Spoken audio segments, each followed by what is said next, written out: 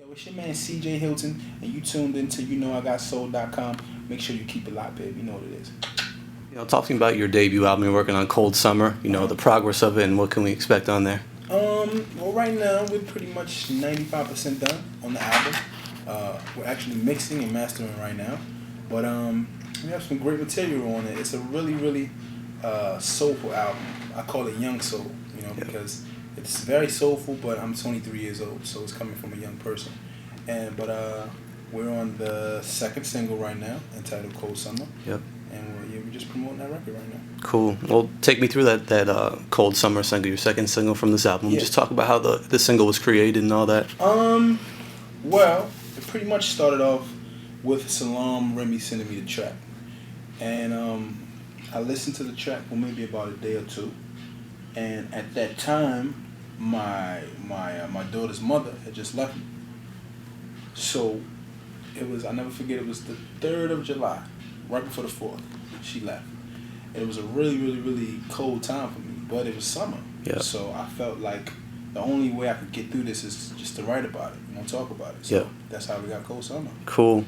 And you mentioned Salam Remy. I know you work with him a bunch. So talk about how'd you originally hook up with him, and he's... Well, when I came here to RCA, Yep. About a year and a half ago, Peter Edge, which is the chairman of RCA, he thought it would be a great idea for me and Salam to work together, which was one of the greatest ideas, because Salam is a really soulful dude as well, but he has this hip hop flavor to his music as well. So it was a great combination, for me and Salam to work together. And actually through that, he's a great friend of mine now. So cool. It's pretty cool.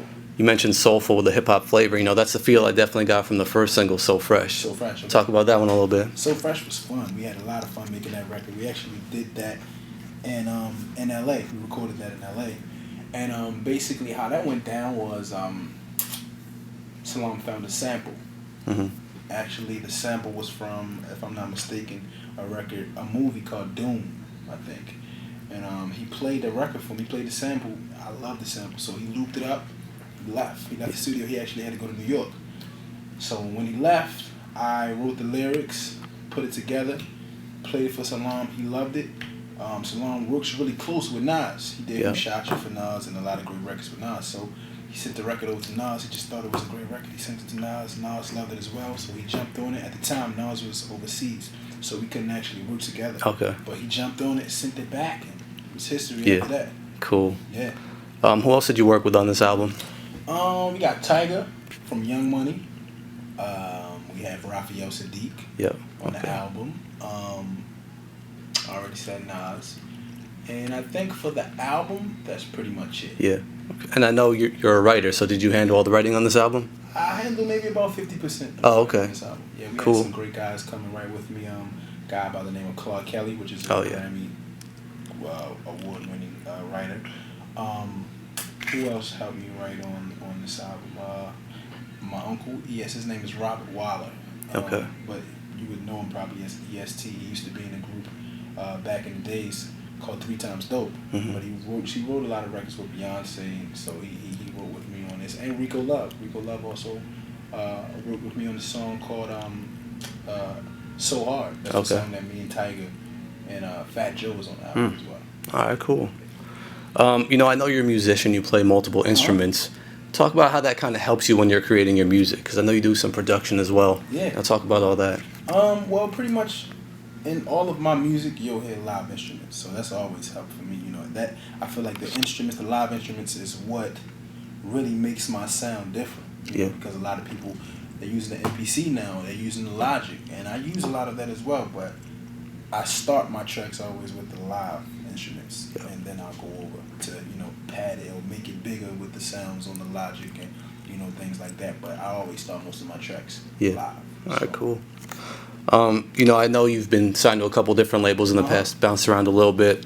And, I know for a lot of upcoming artists, their goal is just to get signed by a label, get picked up, and they once they did, they made it. But can you talk about, the work that has to be done once you're signed? Once you get signed, the work just begins, really. Yeah. Because then you have to, make the album, of course. Then you have to find out a great way to market yourself. And then, you have to you have to just really know your sound as well, because working with so many different producers, you can start to lose your sound or your sight of what you're trying to do if you're not 100% sure. Mm-hmm. So, yeah, I mean, you know. Okay. You know, I mentioned your writing, and you mentioned you wrote 50% of the album. Yeah. You know, as a writer, where do you draw your inspiration from? Everywhere, everyday life. Yeah. You know what I mean? All the things that I go through, I write about. And if I didn't go through it myself, one of my friends or somebody went through it. So all of my songs are pretty much from everyday life experiences. Yeah. Okay. You know, you're a Grammy-nominated artist for the song you do, Raphael Sadiq, Stevie Wonder.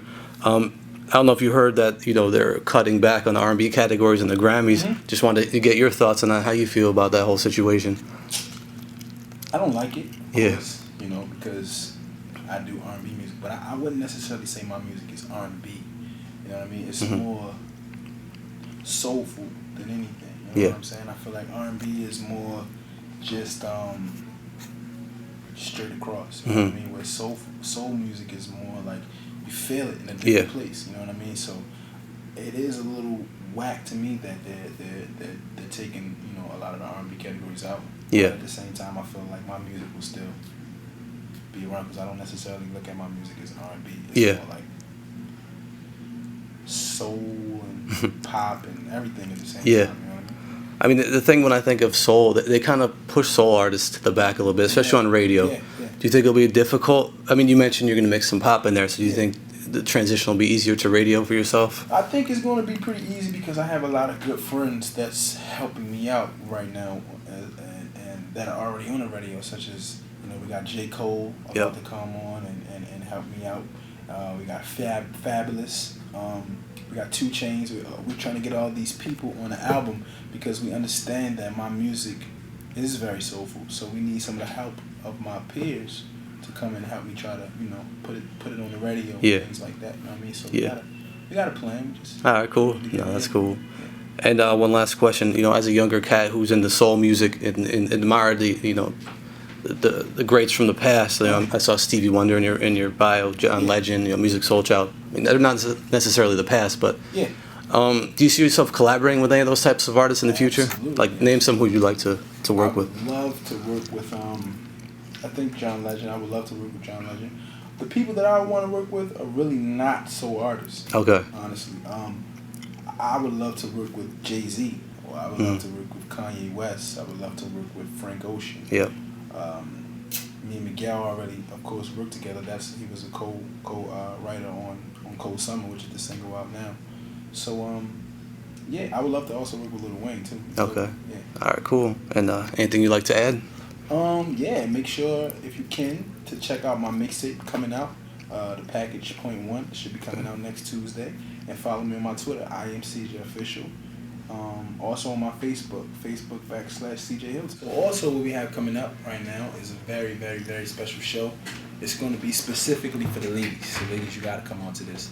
It's going to be a Valentine's Day show just for you, all ladies. LA, R&B Live. I think it's going to be at the Roxy. So I need all of the beautiful women to come on to that show. Holla at your man, CJ Hilton. You know what it is, baby.